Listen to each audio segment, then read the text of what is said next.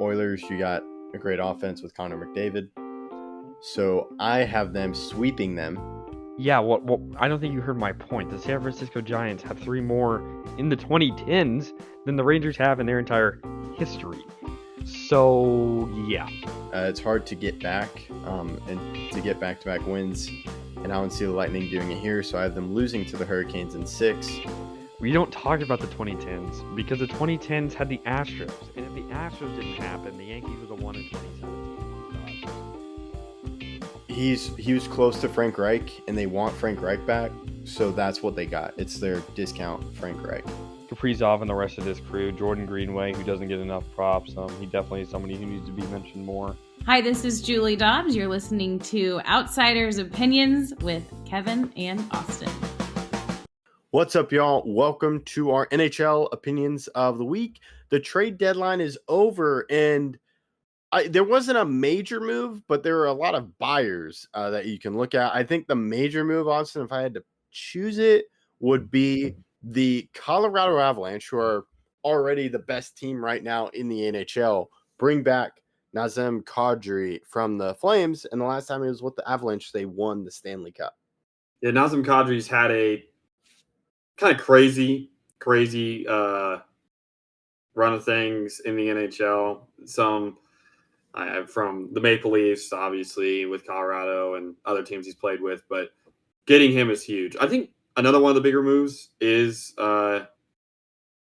obviously the Ducks getting John Carlson as well. I put those both in the top two because Carlson this year, as a defenseman, has 10 goals, 46 points, and is looking to be another Norris contender, even though he probably won't win it. But yeah, going back to Kadri, I don't think he fills any holes. He just bolsters what they're already good at. Yeah, and I think it's just it's a buyer gearing up with someone that they know can just help them, and it's hard to argue with how good they're going to be in the playoffs. Yeah, Kadri used to be a point per game scorer, at least back when he played with Colorado, but he has not had a point per game season with Calgary. His best season was his second year there when he had 75 points in 82 games. Last year, he did have 35 goals, but only 67 points. This year, he has 41 points in 61 games. That's why I'd probably say Carlson's probably the bigger ad, but Kadri, again, has familiarity there. The last time he was there in a full season, he had 87 points in 71 games. Pretty remarkable. And he obviously knows the team, he knows the system, and he can help them win a cup again. I think that the continuity there is important. Those lines, a lot of those guys have remember him and remember how they won with him, and getting him back kind of bolsters the team to a new level. And when you look at the team, of course, they're leading the NHL, but they're also leading the Central Division. But 2 and 3, you have the Dallas Stars and the Minnesota Wild. Stars made some small moves, but to me, the Wild made a big trade getting Quinn Hughes, and they were also active as this deadline.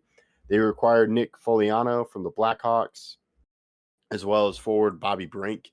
So they're a team where it's most likely going to be Minnesota versus Dallas, and that's going to be a tough matchup. But the winner of that is going to have to face Colorado, and it's not a bad team. It's just how good Colorado is.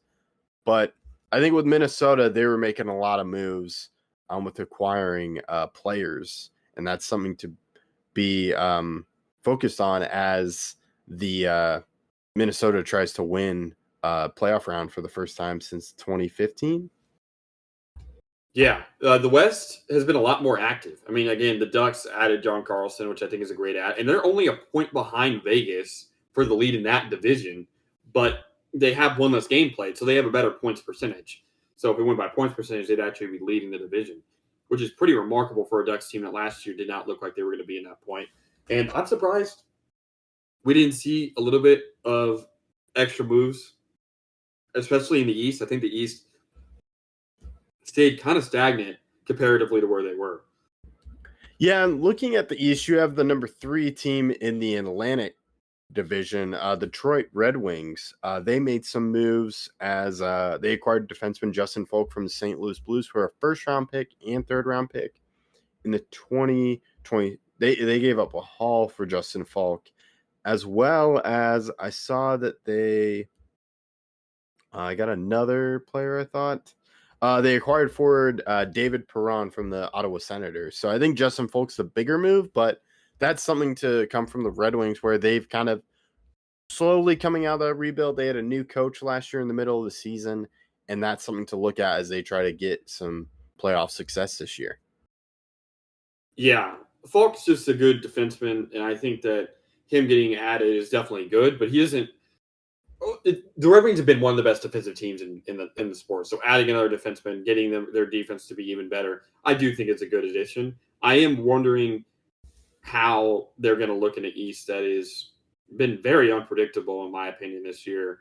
But I kind of expect it to be a tight playoff run of things. So we'll have to see how that goes. Yeah, we will have to see how it goes. And then we will take some moments to talk about the Dallas Stars because I think they're a team that's trying to make it trying to get over that hump, but it's going to be of just getting past the Western Conference Finals, but they have to make it back there, and that's going to be difficult. I think Michael Bunting they mostly depth signings. I am curious to see what they do with Tyler Myers from Vancouver, but I think that helps their defense, but that's going to be a big moment as they just need help on that blue line because Heiskanen and Harley are going to carry the weight. They just need guys that can be manageable this playoffs. Yeah, we've always talked how the Stars went from having one of the best decors in the league to obviously having one of the worst, at least for playoff teams. I know they have Haskin, I know they have Harley, but last year in the playoffs, I know we talked about it. After that, it kind of does get very, very questionable.